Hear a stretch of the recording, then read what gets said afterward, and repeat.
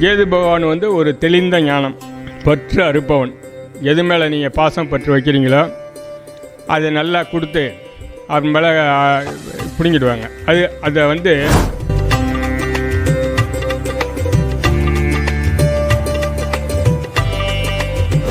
இந்த புத்திரஸ்தானம் 5ஆம் இடத்துல கேது இருந்ததுனால உடனே ஒரு ஜாதகர் வந்தான்னா அவங்களோட வயசையும் பார்த்துக்கணும். ஒரு 25 வயசு 30 வயசில் ஆண் பெண் ஜாதகம் யாராவது கொண்டுட்டு வந்தாங்கனாக்கா நீங்கள் கணக்கெல்லாம் போடுறதுக்கு முந்தையே கையில் கொடுத்தோன்னுமே 5ஆம் இடத்துல கேது இருந்ததுனாக்கா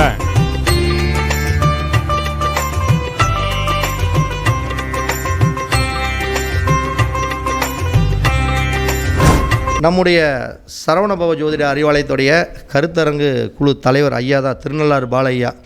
அவர் திருநள்ளாறுலேருந்து பயங்கர மழை இருந்தாலும் மாதம் எப்படியா இருந்தாலும் 99% அவர் இங்கே வந்துடுறாரு, எப்படியோ ஒன்று.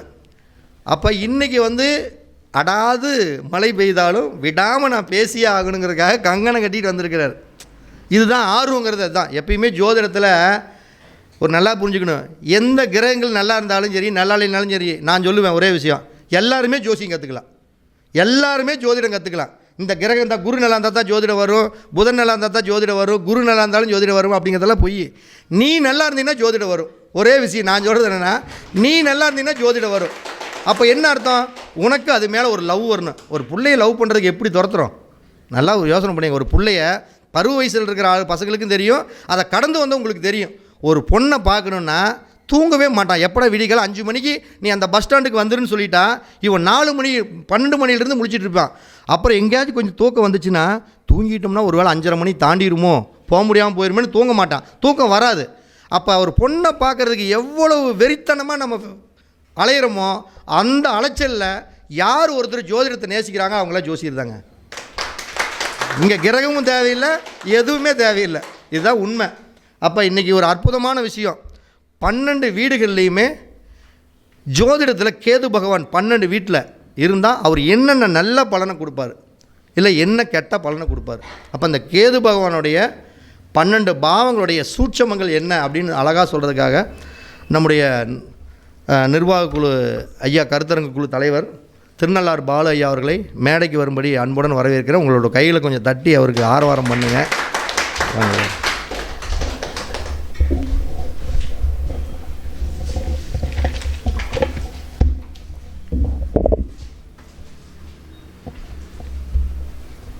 அனைவருக்கும் வணக்கம். சரவணபவ அறிவாலயத்தின் 28வது கருத்தரங்கம் வெகு விமர்சையாக நடந்து கொண்டிருக்கிறது. வருகை புரிந்திருக்கின்ற அனைவருக்கும் எனது முதல் வணக்கத்தை தெரிவித்துக் கொள்கிறேன். குருநாதர் சரவண பரணி பாரதி ஐயா என்மேல் மிகுந்த அன்பு கொண்டவர். கடந்த மாதம் எனக்கு பேசுவதற்கு வாய்ப்பளித்திருந்தார். எனக்கு உடல்நிலை கொஞ்சம் சுகக்குறைவாக இருந்ததுனால என்னால் வர முடியவில்லை. இந்த மாதமும் அதே மாதிரி புயல் வந்து வருமா வராதா, ஆழ்ந்த தாழ்வு அழுத்த காற்றழுத்த மண்டலம், உயர்ந்த காற்றழுத்த மண்டலம், அப்புறம் முன்னாடி கொஞ்சம் போயிடுச்சு, அப்புறம் பின்னாடி கொஞ்சம் வந்துருச்சு. இப்போ 108 அடி மைல் தூரத்தில் இருக்குது. 15 கிலோமீட்டர் வேகத்தில் வருது, அப்புறம் 8 கிலோமீட்டர் வேகத்தில் தான் வருது. இது அடிக்குமா அடிக்காதா, வருமா வராதான்னு தெரியாமல் ஒரே குழப்ப சூழ்நிலையாக இருந்துச்சு. ஆனால் மழை மட்டும் பேஞ்சிக்கிட்டு இருந்துச்சு. நான் கிளம்பி இங்கே வந்துட்டேன். அது எங்கே அடிச்சிக்கிட்டு இருக்கு. அடித்து முடிச்சுட்டேன். நான் இங்கே வந்துட்டேன். நேற்று நைட்டே வந்துட்டேன் இங்கே. சரி, அது ஒரு பக்கம் இருக்கட்டும். இப்போது நம்ம வந்து குருநாதரை வணங்கி குலதெய்வத்தை வணங்கி, எனது குலதெய்வம் அங்காள பரமேஸ்வரி, எனது குருநாதர் பரணி பாரதி ஐயா சரவணபவ அறிவாலயத்தினுடைய நிறுவனர் தலைவர். இப்போ நாங்கள் வந்து கேது பகவானை பற்றி பேசுகிறதுக்கு 12 ராசிகளில் கேது பகவான் என்றால் என்ன செய்வாருங்கிறத நம்ம பார்க்க வந்திருக்கிறோம். முதல்ல கேது பகவானுக்கு ஒரு காயத்ரி மந்திரத்தை சொல்லிவிட்டு அந்த கேது பகவான் எப்படி உருவானாருங்கிற கதையை ஒரு 2 நிமிஷம் சொல்லிவிட்டு அதுக்கு பிறகு இந்த பலன்களை எல்லாம் பார்ப்போம். ஓம் அஸ்வத்தாய வித்மஹே சூலகஸ்தாய தீமகி தன்னோ கேது பிரச்சோதயாது. கேது பகவானுக்கு ஒரு வணக்கம். அடுத்தபடியாக கேது பகவான் எப்படி நமக்கு கிடைத்தார் அப்படிங்கிறத பற்றி ஒரு சின்ன கதை. பார்க்கடலை தேவர்களும் அசுரர்களும் கடைந்தாங்க. 2 பேர் 2 பக்கம் பிடிச்சி வாசுகி பாம்பை வச்சு மேருமலையை மத்தா வச்சு எல்லாம் கடைஞ்சாங்க. இது எல்லா கதையும் தெரியும். இது கடைஞ்சதுக்கு பிறகு அமிர்த கலசம் வந்தது. இதை யார் முன்னாடி பருகிறது, யார் தேவர்களா அசுரர்களாங்கிறதுல ஒரு பிரச்சனை வந்தது. அப்போது இந்த பிரச்சனை நாராயண பெருமாள்கிட்ட போணுச்சு. அவர் தான் இன்னும் டக்குன்னு மோகினி அவதாரம் எடுத்துகிட்டு அவர் மோகினியாக ஒரு அவதாரம் எடுத்து வந்தார். அமிர்த கொடுத்த என்கிட்ட கொடுங்க, நான் எல்லாருக்கும் பிரித்து பங்கிடுறேன் அப்படின்னு சொன்னார். அப்போ அந்த மோகினியோட அழகை பார்த்துட்டு எல்லாருமே ஒத்துக்கிட்டாங்க. தேவர்களும் ஒத்துக்கிட்டாங்க, அசுரர்களும் ஒத்துக்கிட்டாங்க. சரி நீயே குடும்பம் அப்படின்னு சொல்லி அந்த அம்மா கையில் குடத்தை கொடுத்தாச்சு. இப்போ அவர் வார்த்துக்கிட்டே வர்றாரு, ஒவ்வொருத்தருக்காக கொடுத்துக்கிட்டு வர்றாரு. இதில் ராகு பகவான்கிறவர் கொஞ்சம் அவசர புத்திக்காரில்ல, எப்பயுமே ஸ்பீடு இல்லை. இந்த அமிர்தம் கொடுத்துக்கிட்டே வராங்க, நம்ம இடம் வர்ற வரைக்கும் இது இருக்குமா, தீந்து போயிட்டுனா என்ன பண்ணுறது அப்படின்ட்டு இவருக்கு ஒரு பயம் வந்துட்டு, அதனால் இவர் தேவர்களுக்கு முன்னாடி கொடுக்குறாங்க. அவங்க முன்னாடி வரிசையில் நிற்கிறாங்க.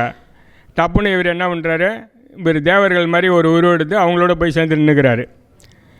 இந்த விஷயத்தை சூரியனும் சந்திர பகவானும் பார்த்துட்டாங்க. பார்த்துட்டு இவர் நின்று இவருக்கு கொடுக்க போகிறாங்க. இன்னும் 2 ஆள் தான் இருக்குது, 2 ஆள் தள்ளி ராகு பகவான் நிற்கிறாரு, கொடுக்க போகிறாங்க. அப்போ நைஸாக போய் இந்த நாராயண மோகினி அவதாரத்தில் இருக்கார்ல, அவர்கிட்ட சூரியனும் சந்திர பகவானும் 2 காதலையும் 2 பேரும் சொல்லிடுறாங்க, இந்த ராகு பைய வந்துட்டு வேஷம் போட்டு நிற்கிறான் தேவர் மாதிரி, அவனுக்கு கொடுத்தினாக்கா இல்லாத அட்டகாசமெலாம் பண்ணிவிடுவான், அதை பார்த்துக்க ஜாக்கிரதை பண்ணிக்க அப்படின்னு சொல்லிவிடுவாங்க. டப்புன்னு இவர் என்ன பண்ணுவார், அந்த ராகுக்கு அமிர்தத்தை வார்க்கும்போது டப்புன்னு அந்த கரண்டியால் ஒரு போட்டுருவார். போட்டோன்னே தலை தனியாக போயிடும், முண்டை தனியாக போயிடும். அதில் தலை தான் ராகு பகவான், முண்டம் தான் கேது பகவானாக வந்தது. இது ஒரு கதை. இப்போ அது ராகு நல்ல தலையுள்ள பாம்பாகவும், கேது சின்ன பாம்பு. சின்னதுனாக்கா அந்த புடையாம்பாம்பு அப்படின்னு சொல்லுவாங்களே, அந்த அப்படியே சுருட்டிக்கும் டக்குன்னு, அந்த மாதிரி ஒரு சின்ன பாம்பை சேர்ந்ததாக இருக்குது. இப்போ இது 2 பேருமே இப்படி இருந்துக்கிட்டு இருக்காங்க. இப்போ கேது பகவான் வந்துட்டார் வந்து இருந்துக்கிட்டு இருக்காரு. அப்போது இப்போ கேது பகவான்னா என்னென்னா அதை பற்றி பார்ப்போம். கேது பகவான் ஒரு தெளிந்த ஞானம், பற்று அறுப்பவன். எது மேலே நீங்கள் பாசம் பற்று வைக்கிறீங்களோ அதை நல்லா கொடுத்து அது மேலே பிடுங்கிடுவாங்க. அதை இப்போ ஒரு பணம், ஒரு இந்த சிவாஜி என்ன படத்தில், ஒரு ரஜினிகாந்த் ஒரு படத்தில் என்ன செய்வார்னா, பெரும் பணக்காரன், அந்த பணக்காரனோட அப்பாவோட ஒரு ஃப்ளாஷ்பேக் கதை இருக்கும். இந்த ரஜினிகாந்த் என்ன செய்வார்னாக்கா, ஒரு திருட்டுத்தனமாக சீரட்டு குடிச்சிடுவார். சீரட்டு குடிச்சோன்னே அந்த அப்பா ரஜினிகாந்த் என்ன செய்வார்னா, அது நல்ல படம், சிவாஜி இல்லை அண்ணாமலை, அந்த படத்தில் என்ன செய்வாங்கன்னா, அருணாச்சலம் அந்த சிவாஜியை ஒரு ரூமுக்குள்ளே விட்டு நிறைய சுருட்டு கட்டை வாங்கி கொடுத்து, உனக்கு எவ்வளோ முடியுமோ கொடுறா அப்படிம்பார். அவன் ஃபுல்லாக எழுத எல்லாத்தையும் காலி பண்ணி ஒரே சுருட்டு புகை ரூம் பூரா நாரி போய் அவனுக்கு என்ன அது மூஞ்சிலே முழிக்கக்கூடாதுங்கிற நிலைமைக்கு வந்துடுவார். வந்தோடனே வெளில விட வந்துடுவார். அதுலேருந்து சிகரெட்டே தொட மாட்டார். அந்த மாதிரி ஒரு விஷயத்தை செய்யக்கூடிய ஆள் தான் இந்த கேது பகவான். நீ என்ன அந்தந்த லக்ன பாவம், அந்தந்த பாவங்களில் அந்தந்த பாகவ ரீதியானதை கொடுத்து மறுபடியும் அதை சலிக்க வச்சு அதில் ஒரு பிரச்சனையை உருவாக்கி அது மூலயமா ஒரு தண்டனையை அனுபவிக்கிற மாதிரி இந்த இதே வேண்டாம்ப்பா, நமக்கு இந்த பணம்னா பணமே வேண்டாம், இந்த பெண்கள்னால் பெண்களே வேண்டாம், தண்ணி அடிக்கிறேன்னா தண்ணி அடிக்கிறதே வேண்டாம், இந்த மாதிரியான குணங்களெல்லாம் ஏற்படுத்தக்கூடியவர் பொதுவாக இந்த கேது பகவான். இப்போ பற்றறுப்பவர் ஞானத்தை பெறுவது தான், இந்த பற்று மூலியமாக ஒரு ஞானத்தை கொடுக்கறது தான் கேது பகவானோட வேலை. அதை அவர் கரெக்டாக செய்வார். சரி, அப்படி இருக்கும்போது இப்போ லக்கண புள்ளியில் கேது இருந்தால் என்ன செய்வார்னா, தெளிந்த ஞானத்தை கொடுப்பார். அதிகமாக பேச மாட்டாங்க, எப்பயுமே ஒரு சிந்தனையிலே இருப்பாங்க, ஒரு யோசனையிலே இருப்பான், ஒரு ஆராய்ச்சி பண்ணுற யோசனையில் இருப்பான். ஒருத்தன் ஃப்ரெண்டாக சேர்ந்தாலும் அவனை பற்றி முழுசாக தெரிஞ்சுக்கணும்பான், அதுக்கப்புறம் தான் அவனை ஃப்ரெண்டாக ஏற்றுக்கலாம். அதிகமான நண்பர்களை வச்சுக்க மாட்டார் பொதுவாக. அப்படியே வந்தாலும் அவன் என்ன ஆராய்ச்சி பண்ணி 100ல் ஒருத்தனை கடைஞ்சி எடுத்து தான் வச்சுப்பான். இந்த மாதிரியெல்லாம் ஒரு ஞானமான சிந்தனை இப்படியெல்லாம் இருப்பார். பேசுனாக்கா கொஞ்சமாக பேசுவார், விஷயமாக பேசுவார், அனாவசியமாக பேச மாட்டார். இது இப்படி ஃபஸ்ட்டு. ரெண்டாம் இடத்துல பண விஷயத்தில் ரெண்டாம் இடத்துல கேது வந்ததுன்னா பணத்தில் ஒரு பிரச்சனை என்னென்னா நிறையா பணத்தை கொடுத்து அது மூலிமா பிரச்சனையை உண்டாக்கி அது ஒரு சிக்கலை உருவாக்கிறது. பொதுவாக கேதுனாலே ஒரு சிக்கலை முதல்ல உண்டாக்கி தான் அவனுக்கு தெளிஞ்ச ஞானத்தை திருப்பி கொடுக்குறதுக்கு வருவார். இப்போ இந்த ரெண்டாம் இடத்துக்காரனுக்கு ஒரு பணம் நிறையா கிடச்சிக்கிட்டே இருந்ததுனாக்கா சிக்கலில் மாட்ட போகிறான்னு அர்த்தம். அதுக்கப்புறமேல குடும்பம். ரெண்டாம் இடத்துல குடும்பஸ்தானம் இருக்குது, தனஸ்தானம், அடுத்து குடும்பஸ்தானம்னா பொழுதன்னைக்கும் மனைவியோட சண்டை தான். 2ல் கேது இருந்ததுன்னா 8ல் ராகு இருக்கும். அப்போ 8ஆம் இடத்து ராகு 2ஆம் இடத்துக்கு கேது சேர்ந்து என்ன செய்யணும்னா சண்டையை வளர்த்து விட்ருவோம். பொழுதன்னைக்கும் பொண்டாட்டியோட சண்டை இருக்குன்னா அவனை போய் பார்த்தோம்னாக்கா 2ஆம் இடத்துல கேது இருக்கும். இல்லை மனைவிக்கோ கணவனுக்கோ ஒரு அன்பு ஒரு பிணைப்பில் பிரச்சனை. இவன் ஒன்று சொன்னால் அது வேறு ஒன்று சொல்லும், அவன் அது வேறு ஒன்று சொன்னதுன்னா இவன் வேறு ஒன்று சொல்லுவான், சண்டை வந்துடும். இது ஒரு பெரிய பிரச்சனையாக இருக்கும் அவங்களுக்கு. இந்த 2ஆம் இடத்துக்காரவங்களுக்கு கொஞ்சம் சிறு வயசில் வந்துடக்கூடாது. கேது தசை கேது பற்றியெல்லாம் சின்ன வயசில் மாட்டிடக்கூடாது. ஏன்னா அவங்களோட கல்வி பாதிக்கப்பட்டுடும். கொஞ்சம் ஒரு 40 வயசுக்கு மேலே வந்ததுன்னா கொஞ்சம் பிரச்சனையை சமாளிக்கக்கூடிய அளவுக்கு. இப்போ கல்யாணம் ஆனவங்களே பார்த்திங்கன்னா புதுசாக கல்யாணம் ஆனவங்க ஒரு 3 வருஷம் இல்லை ஒரு 5 வருஷம் கழித்து இந்த மாதிரி தசை வந்ததுன்னா கொஞ்சம் ஓரளவுக்கு சமாளிப்பாங்க. ஏன்னாக்கா அதுக்குள்ளே ஒரு அண்டர்ஸ்டாண்டிங் வந்துடுவாங்க. ஒரு குழந்தையெல்லாம் பிறந்துடும், ஒரு குழந்தைக்காக வேண்டி வாழணுங்கிற ஒரு சூழ்நிலை இருக்கும். இப்போ முதல்லே வந்துட்டுனாக்கா கண்டிப்பாக இது அம்மா வீட்டுக்கு போகிறதுக்கும் இவன் போய் அழைச்சிட்டு வர்றதுக்கும், இல்லைன்னா இவன் கோச்சிக்கிட்டு போகிறதுக்கும், எப்போ இவர் திரும்பி வருவார்னு இது பார்க்குறதுக்கும் இந்த மாதிரியான ஒரு சூழ்நிலைகள் ஆகிப்போயிடும். அதனால் கொஞ்சம் லேட்டாக வந்ததுன்னா கொஞ்சம் நல்லது. இதோட இந்த ஆள் அதிகமாக யார்கிட்டையும் பேசி வைக்கிறது கொஞ்சம் குறைச்சிக்கணும். ஒரு வாக்கு கொடுக்கக்கூடாது. நான் ஆச்சு உனக்கு, நான் பார்த்துக்கிறேன் உங்கள் குடும்பத்தை, உன்னை நான் பார்த்துக்கிறேன், உன் கடனெல்லாம் நான் அடிக்கிறேன், நீ பிறகாட்டி திருப்பி கொடுன்னா வசமாக போய் மாட்டுவான். இந்த மாதிரி ஒரு வாக்கு கொடுக்கக்கூடாது. வாக்கு கொடுத்தான்னாக்கா இவனுக்கு அது ஒரு பின்னடைவை கொடுத்துரும். அது மூலியமாக அதில் கொஞ்சம் கவனமாக இருக்கணும். அப்போது குடும்ப பற்று இல்லாமல் போகிறதில் அந்த கணவன் மனைவிக்கு விட்டு கொடுத்து வாழக்கூடிய ஒரு சூழ்நிலையை அமைச்சிக்கணும். நமக்கு இந்த மாதிரியெல்லாம் இருக்குது, இந்த காலகட்டங்களில் நம்ம அடக்கி வாசிக்கணுன்ட்டு கணவனாக இருந்தாலும் சரி மனைவியாக இருந்தாலும் சரி அந்த இதோடு போனாங்கன்னாக்கா அவங்களுக்கு பெருசாக பாதிப்பு இல்லாமல் இருக்கும். அடுத்தது 3ஆம் இடம். 3ஆம் இடம்ங்கிறது ஒரு ஜெயஸ்தானம். ஒரு ஜாதகத்தில் எப்படி இருந்தாலும் இந்த 3, 6, 10, 11ங்கிறது உபயஜனஸ்தானம். அதில் ஒரு பாவகிரகங்களே வந்தால் கூட கொஞ்சம் அடக்கி வாசிச்சுட்டு போகுங்கிறது ஒரு விதி. அப்படி இருக்கும்போது இது ஒரு வெற்றியை கொடுக்கும் அப்படின்னு சொல்லிக்கலாம். ஆனாக்கா என்ன செய்யணும்னு கேட்டிங்கன்னா, இந்த இளைய சகோதரர் இருந்தான்னா அவனோட சண்டை வந்துடும். இவன் வசதியாக இருப்பான், அவனுக்கு காசு கேட்டால் கொடுக்க மாட்டான். இளைய சகோதரனுக்கு காசு கேட்டால் கொடுக்க மாட்டான், அவனை கவனிக்க மாட்டான். இவன் மட்டும் நல்லா வசதியாக இருந்துக்கிட்டு இருப்பான். இது மூலியமாக ஒரு சண்டை பிரச்சனை வரும். கூர்மையான செவித்திறன், கேட்டால் ஒரு விஷயத்தை சொன்னால் கூர்ந்து கேட்பாங்க, நல்ல ஞாபகம் வச்சுருப்பான். அந்த மாதிரி ஒரு ஞானம் சேரும் அவனுக்கு. அதிலெல்லாம் ஒரு நல்ல திறமைசாலியாக இருப்பான். என்ன கேட்குறானோ அதை அப்படியே வெளிப்படுத்திடுவான். தைரிய வீரியம் குறைஞ்சிடும். ஏன்னா பயம் வரும், ஒரு தைரிய வீரம் கம்மியாக இருக்கும். ஒன்று ஏதாவது சொல்லிட்டு மாட்டிப்பான். இந்த மாதிரி இது இருக்கும். இந்த மாதிரி அவர் ஜாமீன்கள் கையெழுத்தெல்லாம் யாருக்கும் போட்டுவிடக்கூடாது. அதிலெல்லாம் கொஞ்சம் கவனமாக இருக்கணும். இல்லைனாக்கா இந்த விஷயங்களில் உபயஜனஸ்தானமாக இருந்தாலும் அதில் மாட்டக்கூடிய சூழ்நிலைகள்லாம் சேர்ந்துடும். அது நல்ல இதுன்னு சொன்னால் கூட, கேது நல்லது செய்யணும்னு சொன்னால் கூட கொஞ்சம் கவனமாக இருந்துக்கிறது நல்லது. அடுத்தது 4ஆம் இடம். 4ஆம் இடத்துல தாயார், கல்வி, தாயாரோட உடல்நிலை இது இருக்குது. இப்போது வீடு வாகனம், வண்டி வாகனம், வீடு, கல்வி, இந்த மாதிரியெல்லாம் அந்த 4ஆம் இடத்து காரகம் இருக்குது. அந்த 4ஆம் இடத்து காரகத்தை எல்லாத்தையுமே கெடுக்கும். இந்த கேது வந்ததுனாக்கா இந்த அம்மாவுக்கு உடம்பு சரியில்லாமல் போகிறது இது வரும் கண்டிப்பாக. இந்த ஜாதகத்தை நீங்கள் எடுத்து கையில் வச்சு பார்த்தோன்னே 4ஆம் இடத்துல ஜாயிண்ட் ஆகிருந்ததுன்னா, தசையோ பற்றியோ நடந்ததுன்னா அம்மாவுக்கு எப்படி இருக்குங்கன்னு ஒரு வார்த்தை கேட்டிங்கன்னா அவன் எல்லா கதையும் உங்களுக்கு சொல்ல ஆரம்பிச்சிடுவான். அதை பார்த்துக்கணும். அப்புறம் கல்வி தடைப்பட்டுரும். சிறு வயசில் வரக்கூடாது.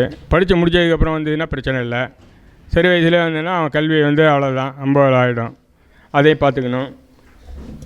தாயாரோட உடல்நிலை, அப்புறம் வீடு வந்து அடிக்கடி ரிப்பேர் ஆகும். ஒரு வண்டி வச்சுருந்தானா வண்டி அடிக்கடி எங்கேயாச்சும் மோதும், இல்லை ரிப்பேர் ஆகிடும். அதை சீர் பண்ணுறதுக்கே இவனுக்கு வேலைப்படும். புது வீடு தான் கட்டியிருந்தா கூட அதில் வந்து ஒரு பக்கம் ஒழுகிட்டு இருக்கும், ஒரு பக்கம் கரண்ட்டு வேறு மாதிரியா வயரிங் கொடுத்துட்டு போடுவான். இந்த மாதிரியெல்லாம் அதில் தொடர்ந்து அதை ரிப்பேர் செலவு பண்ணிக்கிட்டே இருக்க மாதிரி தான் இருக்கும். இந்த மாதிரி ஒரு சூழ்நிலை வந்து இந்த 4ஆம் இடத்துக்கு இது வந்து அது பண்ணிக்கிட்டு இருக்கோம். அதுக்கு பிறகாட்டி 5ஆம் இடம் புத்திரஸ்தானம், காதல், இதெல்லாம் உள்ள ஸ்தானம். இது என்னன்னு சொன்னீங்கன்னாக்கா, இந்த புத்திரஸ்தானம் 5ஆம் இடத்துல கேது இருந்ததுனால உடனே ஒரு ஜாதகர் வந்தான்னா அவங்களோட வயசையும் பார்த்துக்கணும். ஒரு 25 வயசு 30 வயசில் ஆண் பெண் ஜாதகம் யாராவது கொண்டுட்டு வந்தாங்கனாக்கா, நீ கணக்கெல்லாம் போடுறதுக்கு முந்தையே கையில் கொடுத்தோன்னுமே 5ஆம் இடத்துல கேது இருந்ததுனாக்கா, என்னம்மா குழந்தை சம்மந்தமாக எதாவது பிரச்சனையா என்னன்னு கேட்டிங்கனாக்கா, மறுபடியும் அவங்க கதையை சொல்ல ஆரம்பிச்சிடுவாங்க. இப்போ என்கிட்ட ஒரு ஜாதகம் வந்தது, 5ஆம் இடத்துல கேது இருந்துச்சு. என்ன பிரச்சனைம்மா, என்ன குழந்தை பிரச்சனை, என்ன பிரச்சனை, குழந்தை வந்து உருவாகி அழிஞ்சுதா இல்லை உருவாகவே இல்லையான்னு கேட்டேன். அவங்க உண்மையை சொல்லிட்டாங்க. இதுக்காக தாங்க ஏன் வந்தேன், குழந்தை உருவாகி 7ஆம் மாதம் அது இறந்தே பிறந்துச்சு அப்படின்னு கதையை சொல்லிட்டாங்க. அதுக்கப்புறம் என்ன நடக்குங்கிறத நான் பார்த்து சொன்னேன். சரி, அதுதான் எப்படி இருக்குன்னு சொன்னாக்கா, அவங்களுடைய பொண்ணு ஜாதகத்தை கொடுத்தாங்க. இது மாப்பிள்ளையோட ஜாதகம். அப்புறம் இந்த அவங்களுக்கும் அப்படியே இருக்குது. அதாவது ஒரு கூட்டம் வந்து ஒரு குடும்பத்திலே போய் சுற்றி வருது, அதுக்காக சொல்ல வரேன். இதெல்லாம் கொஞ்சம் நம்ம பார்த்தனுமே கவனிச்சுக்கலாம். இந்த 5ஆம் இட கேது என்ன செய்யணுனாக்கா, இந்த தேவையில்லாத காதல் பிரச்சனையை உண்டாக்கிடும். இந்த பிற பெண்களை பார்க்குறது, ஒரு மனைவி இருக்கும்போது இன்னொரு தேவையில்லாத காதல் உறவு, தகாத இதுன்னு சொல்கிறாங்கல்ல, அந்த மாதிரி போய் ஆசைப்பட்டுட்டு போய் சரி அது கிடைக்குமா, நிலைக்குமா, நல்லா இருக்கலாமா, சௌக்கியமாக இருக்கலாமான்னா இல்லை. இது வந்து அது மூலியமாக போய் பணம் காசெல்லாம் நிறையா செலவு பண்ணிவிட்டு கடைசியில் என்ன அது டாட்டா கட்டிட்டு போடும். அதுவும் ஒன்றும் ஒத்துவிட்டு வராது. இவன் செலவு பண்ணதான் மிச்சமாக இருக்கும், வேஸ்ட்டான அலைச்சலாக இருக்கும். அதோட இவன் சுற்றுனதும் பணம் செலவு பண்ணதும் அந்த நேரமும் காசும் எல்லாமே வேஸ்ட்டாக போயிடும். கடைசியில் நிலச்சிருக்குமான்னா அது இல்லை, ஒன்றும் புண்ணியம் இல்லாத கதையாக தான் போகும். அதே மாதிரி அந்த குழந்தைகள் உருவாகி பிறந்து வந்தாலுமே அவங்க வந்து அப்பாவுக்கு உதவி பண்ணுவான், நம்ம சொன்னபடி கேட்பான், நமக்கு சப்போர்ட்டாக இருப்பாங்கிறத தயவுசெய்து எதிர்பார்க்காதீங்க. இந்த 5ஆம் இடத்துல கேது இருக்கிறவங்க குழந்தை மேலே அதீத அன்பு வைக்காதீங்க. ஏன்னா அவனால் ஒன்றும் உங்களுக்கு பிரயோஜனம் இருக்காது. வளருங்க, அன்பாக வளருங்க, போங்க. ஆனால் இவன் பண்ணுவான், இவன் நமக்கு சப்போர்ட்டாக இருப்பான் அப்படிங்கிறதெல்லாம் நீங்கள் நினைக்கிறேன். அவன் வேலையை பார்த்துட்டு அவன் போயிட்டே இருப்பான். அதை மனசில் வச்சுக்கிட்டு மற்ற விஷயங்கள்லாம் செய்யுங்க. அதனால தான் அந்த இடத்துல ஒரு சிக்கலை உருவாக்குறாங்க. அந்த கேதுவை கொண்டாந்து 5ல் வச்சாங்கன்னாக்கா அங்கே ஒரு சிக்கல் உருவாயிட்டுன்னு அர்த்தம். அந்த காதலுக்கு ஒரு சிக்கல், அந்த குழந்தைக்கு ஒரு சிக்கல். இவன் இந்த ஆள் என்ன பண்ணுவான்னா ஆன்மீக நாட்டத்தில் போவான், தேடுதல் போவான். இந்த மந்திரங்கள் பண்ணுறது, தந்திரங்கள் பண்ணுறது, இதை போய் ஒரு பிரச்சனை வந்துட்டுனாக்கா அதை எப்படி சமாளிக்கிறதுன்னு யோசிக்காமல், இது ஏதாவது எனக்கு சேவனை வச்சுட்டாங்க போல் தெரியுது, இது ஏதாவது சரி பண்ணுறதுக்கு இருக்கா, ஏதாவது மந்திரவாதி எங்கே இருக்கான்னு பார்க்க ஆரம்பிச்சிடுவான். இது 5, 9க்கெல்லாம் இந்த வேலை எல்லாம் இந்த யோசனை தான் வரும் அவங்களுக்கு ஒரு இது வந்துட்டுனாக்கா. இப்படி 5ஆம் இடத்தோட பிரச்சனைகள் இப்படி போயிட்டுருக்கோம். அப்புறம் வந்து பூர்வீக சொத்துங்கிறது இவங்களுக்கு கிடைக்காது, வாய்ப்பு இருக்காது, அதை அனுபவிக்கவும் முடியாது இவங்க. அந்த மாதிரி ஒரு பிரச்சனையாக இருக்கும். பூர்வீகத்தை விட்டு இவங்க தள்ளி போய் வாழ்வாங்க, வேறு ஊரில் எங்கேயாச்சும் எட்டி போய் வாழ்வாங்க. குடும்பத்தோட அதாவது இந்த அப்பா வீட்டோட அட்டாச்மெண்ட்டாக இருக்க மாட்டாங்க, தனியாக போய் எங்கேயாவது வாழ்ந்துக்கிட்டு இருப்பான். பூர்வீக சொத்து இவனுக்கு கிடைக்கவும் கிடைக்காது, அதை பற்றி ஒன்றும் இருக்காது. பூர்வ புண்ணிய பாக்கியங்கிறது ஒன்றும் இருக்காது. அது வந்து 5ஆம் இடத்தோட கேதுவோட விஷயங்கள் அப்படி. இப்போ 6ஆம் இடம், 6ஆம் இடம்னா உபயஜனஸ்தானம், ரைட்டு. 6ஆம் இடத்துல கடன், வம்பு, வழக்கு, எதிரி இதெல்லாம் இருக்குது. ருணரோக சத்ரு ஸ்தானம். அப்போ அந்த ருணரோக சத்ரு ஸ்தானத்துக்கு ஒரு வலு சேர்க்கக்கூடியது ஜெயஸ்தானம்ங்கிறதுனால அது ஒரு ஹெல்ப் பண்ணும், ஒரு நல்ல உதவி பண்ணும். அந்த கடன், ஒரு கோர்ட்டில் வம்பு வழக்கு, ஒரு எதிரி, இவனை எல்லாத்தையும் அடித்து காலி பண்ணிவிடும் கேது 6ல் இருந்துனாக்கா. அப்புறம் என்ன இதில் ஒரு கவனிக்க வேண்டிய விஷயம் என்னென்னாக்கா, இது வந்து உடல் நிலையை வந்து நம்ம ஜாக்கிரதையாக பார்த்துக்கணும். ரோகஸ்தானம், இந்த ரோகத்துக்கு அதை வந்து கொடுக்க ஆரம்பிச்சிடும். இந்த ரோகத்தை வந்து கொடுக்கும், உடல் உபாதைகளை கொடுக்கும். இந்த வயிறு சம்பந்தமான உபாதைகள், இவங்க வந்து ஜீரணம் ஆகக்கூடிய பொருளை மட்டும் சாப்பிட்டுக்கணும். அதிகமாக மட்டன் சிக்கனை போட்டு தாக்கி வம்ப வளர்த்துக்கக்கூடாது. அது மாதிரிலாம் செஞ்சாங்கன்னா அடிக்கடி உடல் வயிறு சம்மந்தமான பிரச்சனைகள், அந்த வயிற்று பகுதியில் சார்ந்த உடல் உபாதைகள் நிறையா வர்றதுக்கு வாய்ப்பு வரும். அதெல்லாம் கொஞ்சம் தவிர்த்து இந்த மாதிரி காலகட்டங்களில் அவங்க ஜாக்கிரதையாக அது நடந்துக்கணும். அடுத்தது 7ஆம் இடம் தான் முக்கியமான இடம். 7ஆம் இடம் என்னன்னு கேட்டிங்கன்னா, வாழ்க்கையில் சண்டை சச்சரவு, மனைவியோட வாழ்க்கை துணையோட ஆணாக இருந்தாலும் சரி பெண்ணாக இருந்தாலும் சரி, அங்கே 2ஆம் இடத்துக்காக தான் இங்கேயும் சண்டை சச்சரவு வந்துடும். பொழுதன்னைக்கும் சண்டை வரும். இந்த சண்டை முத்தி போனதுன்னா மாரகம் கூட சம்பவிக்க வாய்ப்பு இருக்குது. அந்த அளவுக்கு போகாமல் இவங்க நம்ம கால நேரம் சரியில்லை, கேது வந்து பகவானை வந்து உட்காந்துருக்காரு அப்படின்னு சொல்லிட்டு அதை நம்ம வந்து தவிர்த்துக்கணும்.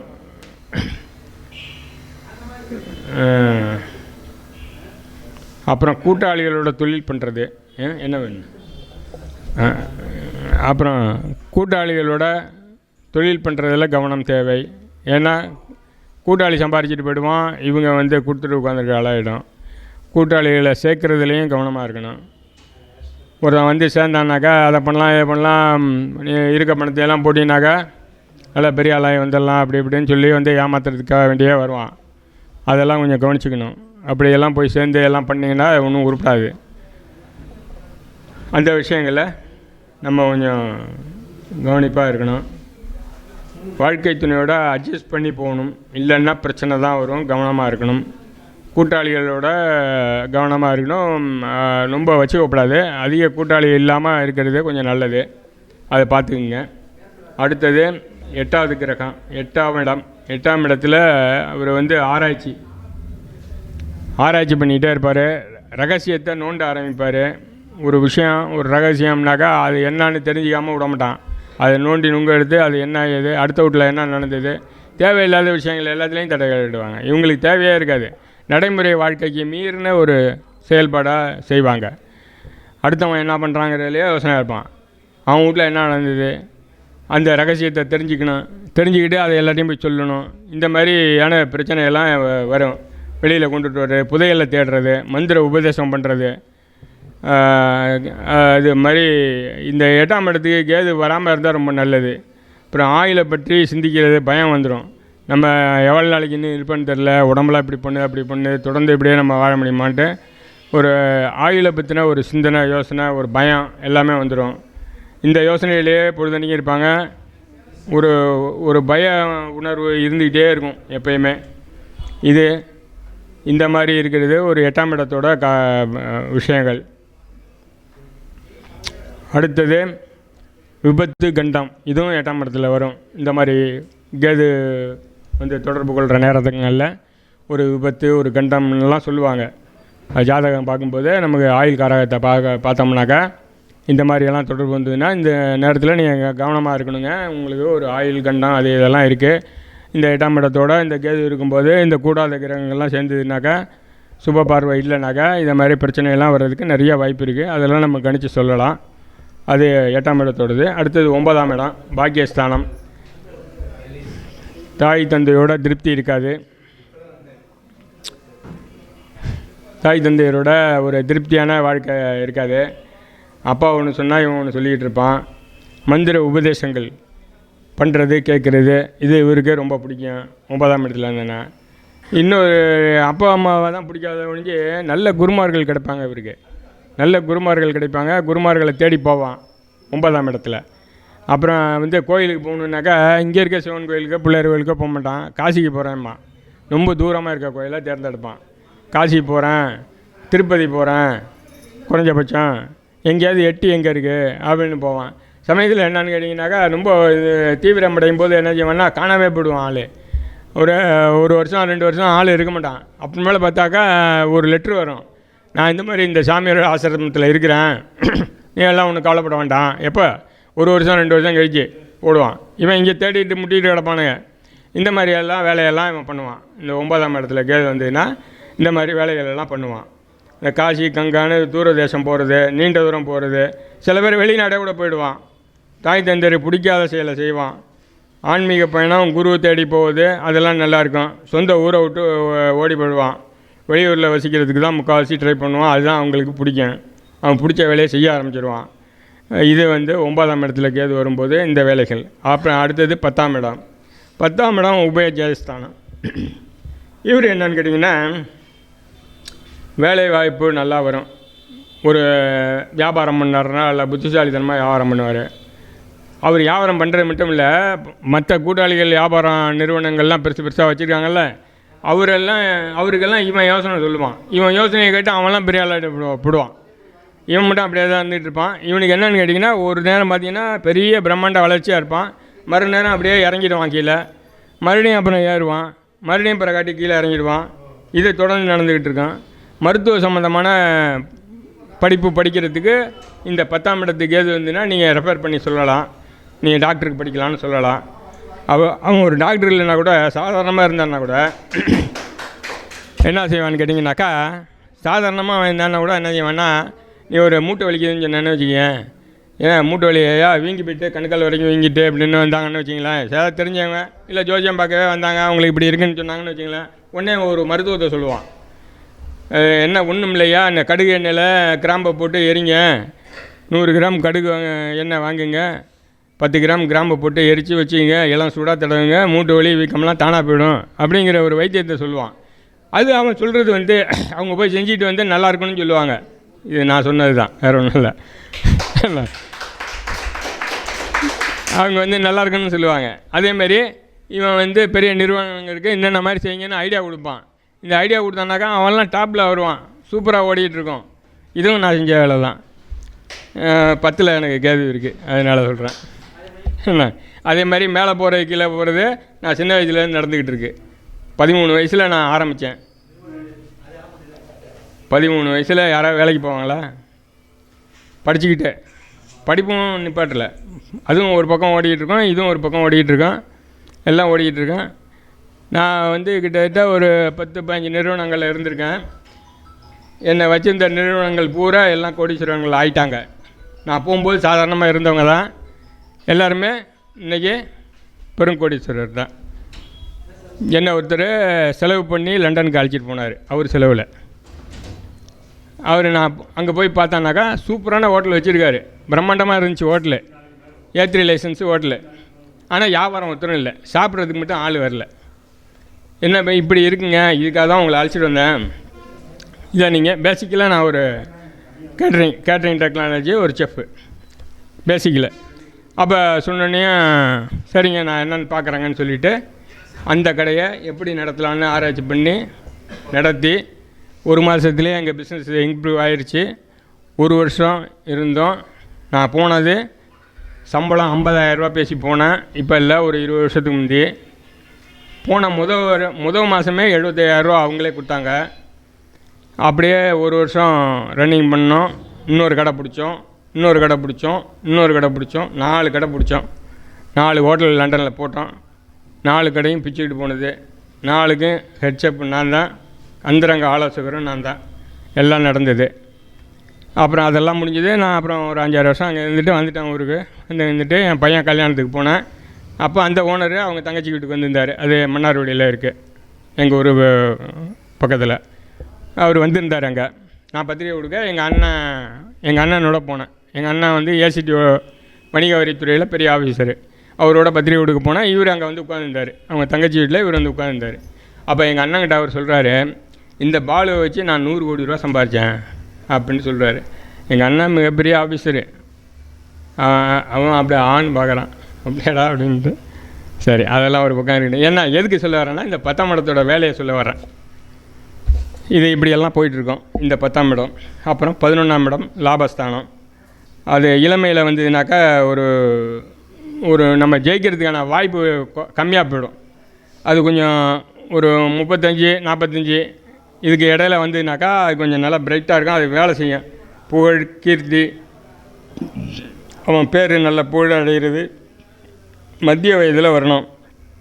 சொத்து சேர்க்க சேரும். அப்போ தான். ஏன்னா இப்போ 15 வயசில் வந்துட்டா, சுக்கரதசை வந்து 10 வயசில் வந்துன்னா என்ன செய்ய முடியும்? ஏதாவது பிரயோஜனம் உண்டா? இல்லை. அதேமாதிரி 10-15 வயசுலேயே 20 வயசுக்குள்ளே வந்ததுன்னா அது பிரயோஜனப்படாது. ஒரு 30 வயசுக்கு மேலேயாச்சும் வந்ததுனாக்கா அவனுக்கு தொழில் மூலிமா அவன் நினைக்கிறத ஒரு இது 11ஆம் இடம்னா ஆசை, கனவு, லட்சியம்னு இருக்கா. அதிலெல்லாம் ஒரு முன்னேற்றத்தை கொடுக்குறதுக்கு ஆசை கனவு லட்சியம் வந்ததுனால காசெல்லாம் தானாக வந்துடும். இது ஒரு பக்கம். இது எது வந்தாலுமே இது என்ன செய்யணும்னா நிறையா பணத்தை எல்லாம் கொடுத்தாலும் பிறகாட்டி ஒரு ஞானத்தை கொடுத்துட்டு போயிடும். அது மூலியமாக அதையும் மனசில் வச்சுக்கணும். இந்த கேதுங்கிறது முழுமையான வெற்றியையும் கொடுக்குறதில்ல, முழுமையான தோல்வியையும் கொடுக்குறதில்ல. இதையும் மனசில் வச்சுக்கணும். இதெல்லாம் இப்படி போயிட்டுருக்கு. 6, 10, 11 வந்து சிறப்பு. இப்போ நம்ம சாதாரணமாக பார்க்கக்கூடியதில் 6, 10, 11ங்கிறது கொஞ்சம் சிறப்பான இடங்கள் கேதுவுக்கு வந்ததுனாக்கா. 5, 9 மந்திர தந்திரம் இவன் பண்ணுவான், இல்லை இவன் அவனுக்காவது பண்ணுவான், இல்லை இது சம்மந்தமான உபதேசங்கள் பண்ணுவான். இதே மாதிரி வேலைகளை அந்த 5, 9 இருக்கும்போது அது நடக்கும். 1, 7 மிக மோசம். 1, 7 வரக்கூடாது. 2 வந்தால் கூட கொஞ்சம் நார்மல். இப்போ 1, 7 கேது வந்ததுன்னா கொஞ்சம் கஷ்டம். 1 கேது இருந்ததுன்னா 7 ராகு இருக்கும். கல்யாணம் பண்ணுறதுல ரொம்ப சிரமமாயிடும். இன்றைக்கும் என்கிட்ட ஜாதகம் பார்க்க வர்றான் ஒருத்தன், வந்திருக்கான். இன்னும் வெயிட்டிங்கில் தான் இருக்கான். 48 வயசு ஆகிட்டு. எந்த பொண்ணாக இருந்தாலும் பரவாயில்ல, டைவர்ஸ் ஆனால் இருந்தாலும் கணவனை இழந்திருந்தாலும் பரவாயில்ல, 35 வயசு ஆகியிருந்தாலும் பரவாயில்ல, எதாக இருந்தாலும் எனக்கு ஒன்று பார்த்து ஏதாவது சொல்லுங்கள் அப்படின்னு சொல்லி அலைஞ்சிக்கிட்டு இருக்கான். இப்போ எல்லார்ட்டையும் புரோக்கர்கிட்டெல்லாம் சொல்லிக்கிட்டு என்னென்ன அவன் ஜாதகத்தை பார்த்தா ராகு லக்னம், 8 கேது, 7 கேது. 1 கேதுவோ ராகுவோ இருந்ததுன்னா இங்கே 7 வந்து இங்கே வந்துடும். 2 பிரச்சனை வந்துடும். எந்த இடத்துக்கு பார்த்தாலும் இதே தான். இப்போ வந்து 1ஆம் இடத்துல ராகு இருந்ததுன்னா 7ஆம் இடத்துல கேது, 7ஆம் இடத்துல ராகுன்னா 1ஆம் இடத்துல கேது. இப்படி மாற்றி மாற்றி தான் வந்துக்கிட்டு இருக்கோம். இது இப்படியே 2ன்னா 8, 3ன்னா 9, இப்படியே மாற்றி தான் அவங்க வந்துக்கிட்டு இருப்பாங்க. அப்போ இது ரெண்டுமே கனெக்ட் ஆகும். ராகுவும் கேதுவும் கனெக்ட் ஆகிக்கிட்டே வரும். ராகு பிரம்மாண்டம் அதிகமாக எதாக இருந்தாலும் கொடுத்துருவான். கேது இழுத்து பிடிச்சிருவான். இழுத்து பிடிச்சி கண்ட்ரோல் பண்ணி போயிட்டுருக்கோம். அது மூலியமாக ஒரு ஞானத்தை கொடுக்குறது. லாஸ் ஆகிட்டோன்னா ஒரு ஞானத்தை கொடுக்குறது. இந்த மாதிரி வேலை. அப்புறம் 12ஆம் இடம் மோட்சம், சொத்து விரயம். சொத்து விரயம்னா எப்படி விரயம் ஆகும்னு கேட்டிங்கன்னா, இப்போ ஒரு 50 கோடி ரூபா சம்பாதிச்சு வச்சுருக்கான்னாக்கா அது விரயம்னாக்கா என்ன ஆகும்? கேது வந்துன்னா என்ன, ஒன்று மரியாதையாக அவன் பொண்ணு பிள்ளைங்கள்ட்ட கொடுத்துடணும், இல்லைன்னா அவங்க பிடிங்கிட்டு போயிடுவாங்க. நீ கொடுக்கலன்னாலும் ஒழுங்காக அதுக்கு முன்னாடி இவன் கொடுத்தான்னா கொஞ்சம் அன்பு பாசமாக இன்னும் கொஞ்சம் நாளைக்கு ஓட்டிகிட்டு இருக்கலாம். இல்லைன்னா அவங்களே பிடிங்கிட்டு இவனை ஆண்டியாக்கி விட்ருவாங்க.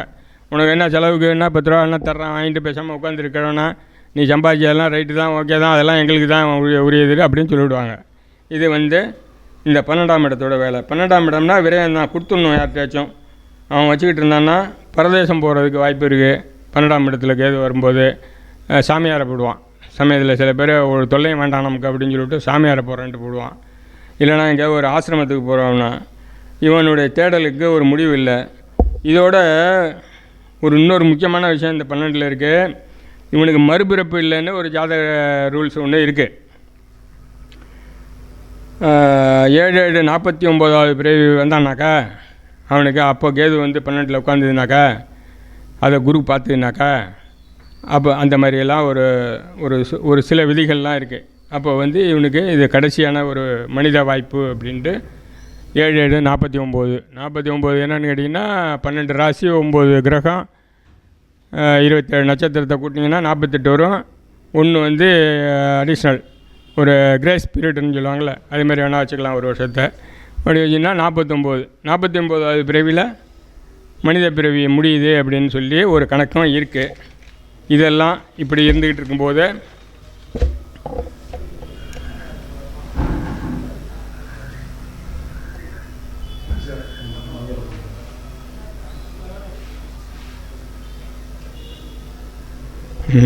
அதுதான் இவன் வந்து ஒரு தேடலை நோக்கி போயிட்டே இருப்பாங்க, எப்போதும் தேடிக்கிட்டே இருப்பான். சரி, இது எல்லாத்தையும் பற்றியும் நான் இப்போ சொல்லிட்டேன்.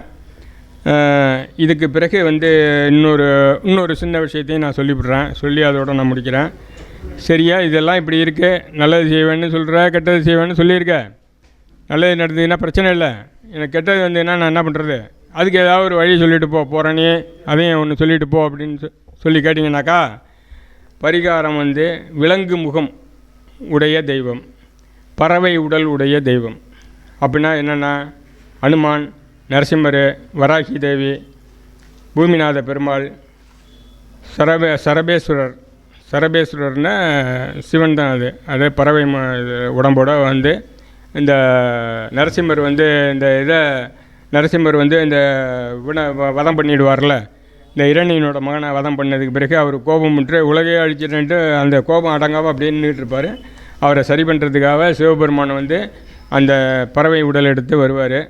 வந்து சரபேஸ்வரர், அவர் தான் சரபேஸ்வரர், அந்த நரசிம்மருக்கு ஒரு அமைதித்தன்மையை கொடுத்துட்டு போவார் அப்படின்ட்டு ஒரு கதை. அதனால் அந்த மாதிரி தெய்வங்களை நீங்கள் வந்து வழிபடலாம். இதை தாண்டி கேது ஜாதகத்தில் வந்து ஆண் ராசிலேயோ பெண் ராசிலேயோ இருக்காங்கிறத ஜாதகம் பார்த்துக்கணும். கேது வந்து எந்த ராசியில் இருக்குது, ஆண் ராசி பெண் ராசின்னு இருக்குது, அதுக்கு தகுந்த தெய்வங்களை நீங்கள் தேர்ந்தெடுத்துக்கலாம். அதுவும் நல்லாயிருக்கும். இந்த மாதிரியெல்லாம் பண்ணி உங்களுடைய பிரச்சனைகளை, கேது பகவானுடைய நன்மை தீமைகளை ஆராய்ந்து அதனுடைய பலாபலன்களை நீங்கள் எப்படி அனுபவிச்சுக்கலாம், அது எப்படி குறைச்சிக்கலாம், அதிகமாக இருந்ததுன்னா அதை எப்படி குறைச்சிக்கலாம். இப்போ நான் வந்து திருமண ஸ்தானத்துக்கு சொல்லியிருக்கேன், மகன் தந்தை மகன் உறவு ஸ்தானத்துக்கு, பாக்கியஸ்தானத்துக்கு, காதல் ஸ்தானத்துக்கு, எல்லாத்துக்கும் நான் சொல்லியிருக்கிறேன். அந்தந்த பாவங்களை எப்படி நம்ம கையாளுறதுங்கிறது தான் ஒரு என்ன. இப்போ நான்லாம் சொன்னால் இன்னும் ரொம்ப லேட்டாகும், நான் முடிச்சுக்கிறேன். எனக்கு வர்றது துன்பமே கிடையாது இன்றைக்கு வரைக்கும். ஆனால் கோடிக்கணக்குக்கு மேலே சம்பாரிச்சும் இருக்கேன், அதுவும் இல்லைன்னு சொல்லலை. 13 வயசில் நான் ஸ்டார்ட் பண்ணேன். வீட்டுக்கு எனக்கும் தொடர்பு இல்லாமல் 13 வயசில் ஆணுச்சு. 13 வயசுக்கு பிறகு சம்பாதிச்சேன், சாப்பிட்டேன், மிச்சப்படுத்தினேன். என் சொந்த காசுலாம் கல்யாணம் பண்ணிக்கிட்டேன். அப்போவே என்கிட்ட 1.5 லட்ச ரூபா இருந்தது.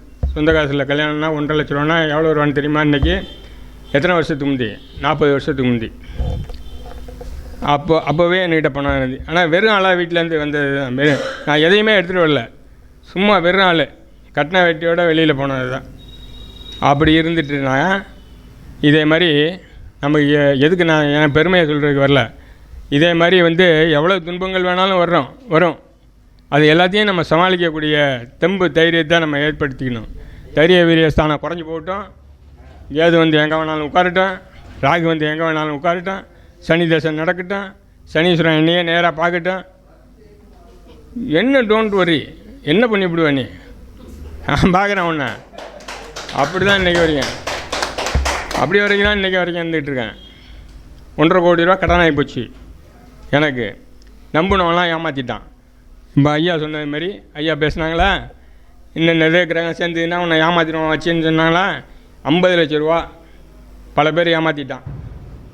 இன்றைக்கி வரைக்கும் பணம் அப்படியே டீலிங்கில் தான் போயிட்டுருக்கு, வரும் வராதுங்கிறதுல தான் போயிட்டுருக்கு. எப்படியும் வசூல் பண்ண விட மாட்டேன், அது அடுத்த பிரச்சனை. இப்படி இருந்தாலுமே என்றைக்குமே நம்மளுடைய தைரியத்தை மட்டுமே விடாமல் இருந்தான்னா அவன் எப்படியும் ஜெயிச்சிருவான். அது நான் உறுதியாக சொல்கிறது. நான் என் வாழ்க்கையை வச்சு உங்களுக்கெல்லாம் சொல்கிறேன். ஒருத்தனுக்கு தைரியம் மட்டும் இருந்ததுன்னா நம்பிக்கையும் இருக்கணும். அவன் மேலே அவனுக்கு முதல்ல நம்பணும். என் மேலே எனக்கு என்ன எப்படி தெரியுமா என்னன்னு கேட்டிங்கன்னா, எனக்கு வந்து மகர ராசி, மிதுன லக்னம், 8 6 தொடர்பு.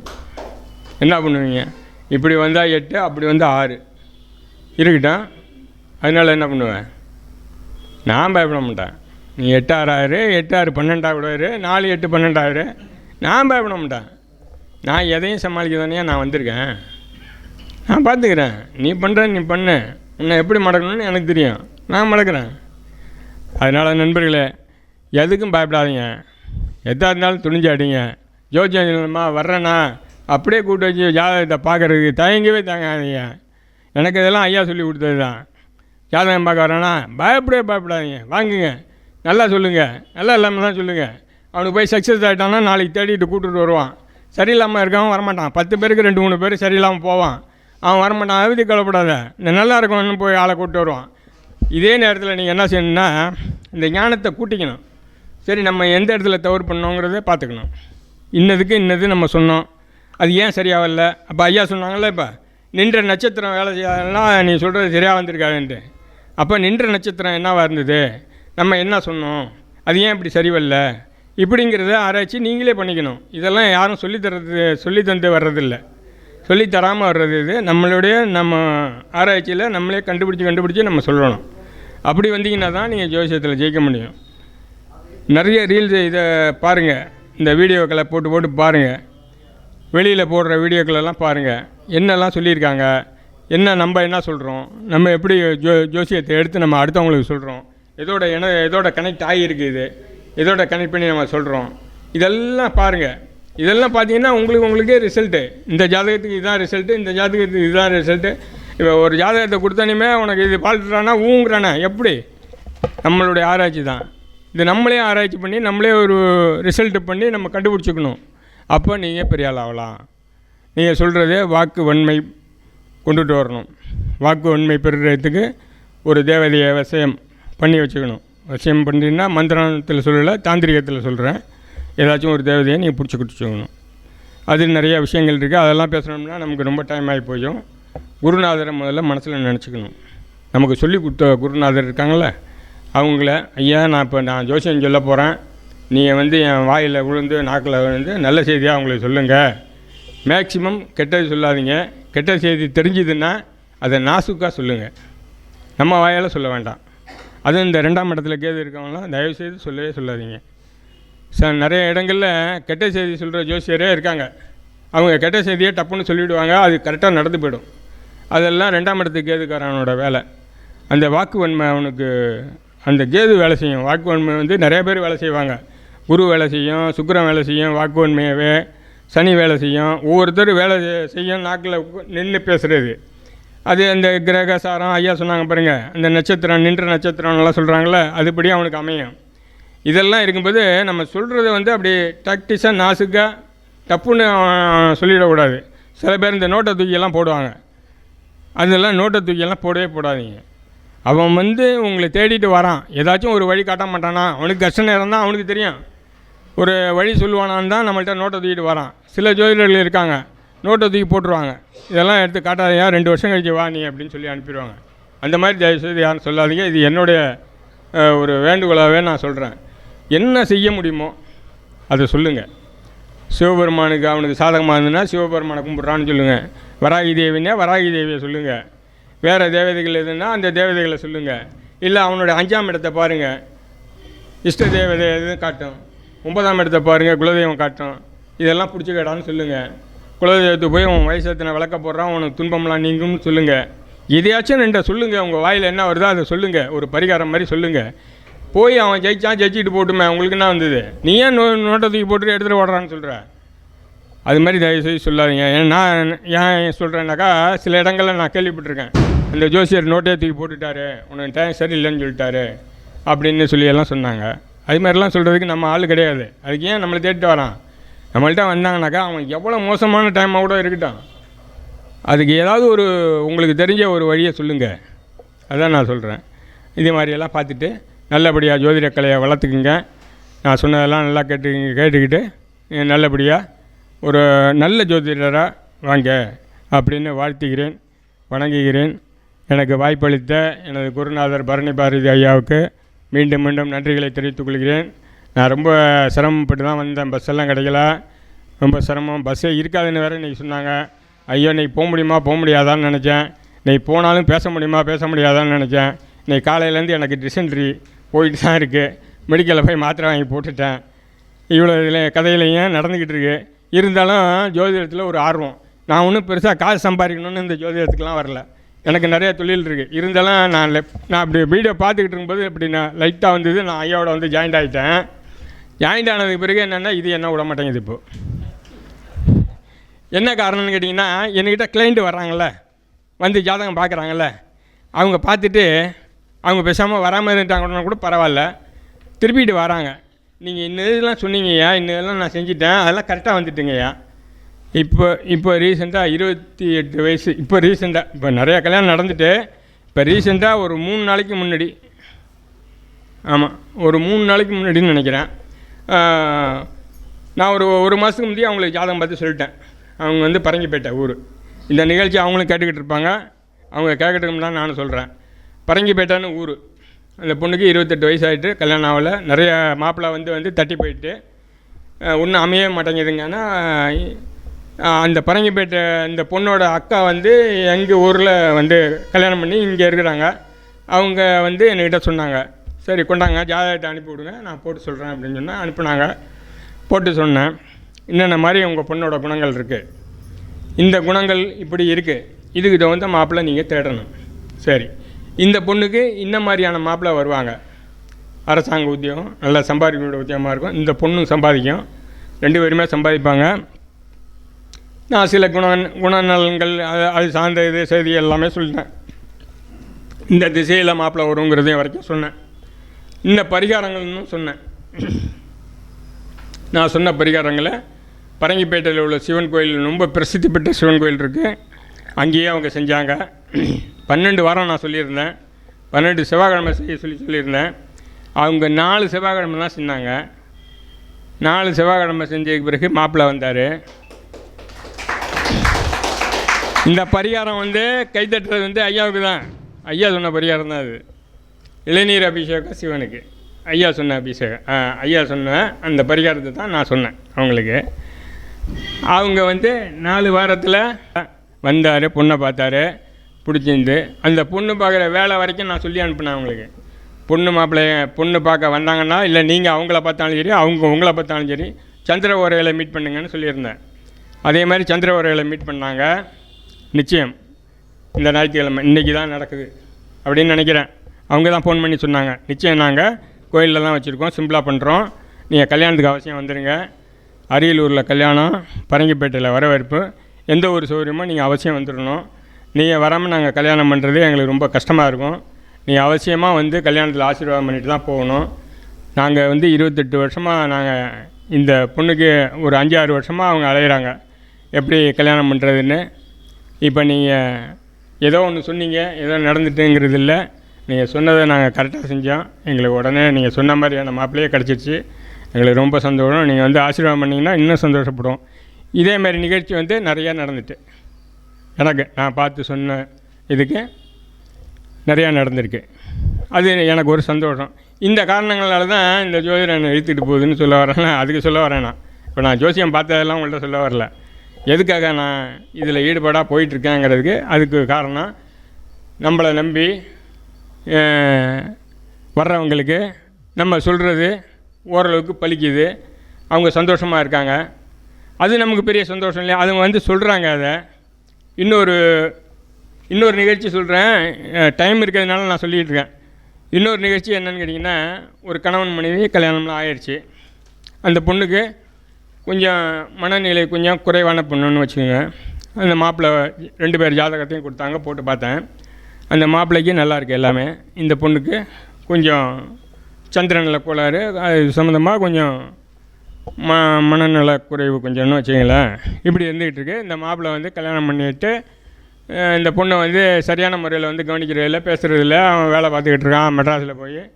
வீட்டுக்கு அம்மா வீட்டில் என்ன ஃபோனில் பேசிவிட்டு அப்படியே போயிடுறது, இப்படியெல்லாம் இருந்துக்கிட்டு இருந்தது. ஒரு கல்யாணம் ஆகி இப்போ 7 மாதம்தான் ஆகுது.